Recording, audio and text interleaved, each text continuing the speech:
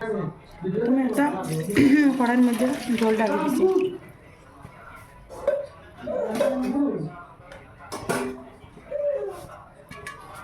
দিয়ে দিলাইছি।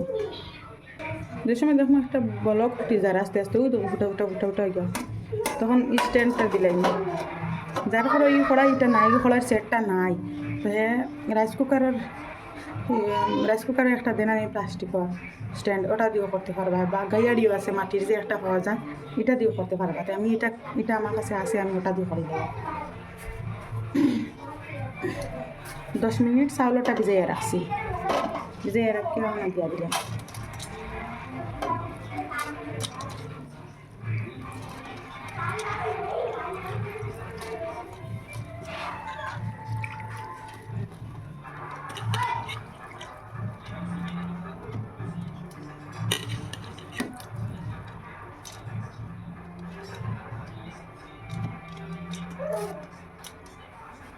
দিয়া দিয়ে দিলাম।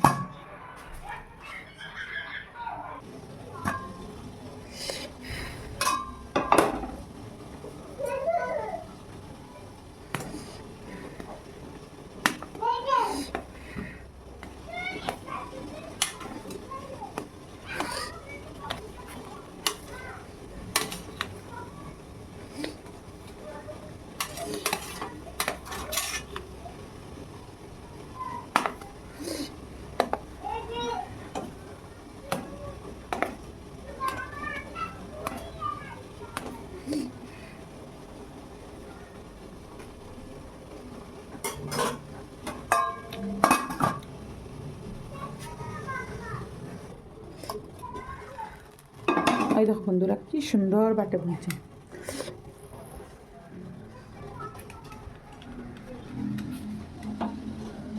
ওরকম বানাইলে বেশি টেস্টি হয়। 10 মিনিট ভিজাইয়া রাখবা, আর চাউল যদি বেশি শুকনা হয় তে আধা ঘন্টা ভিজাইয়া রাখবা। ওই দেখো কিরকম খিলা খিলা বুনছে, সুন্দর বুনছে, মানে ভালো লাগে দেখতে।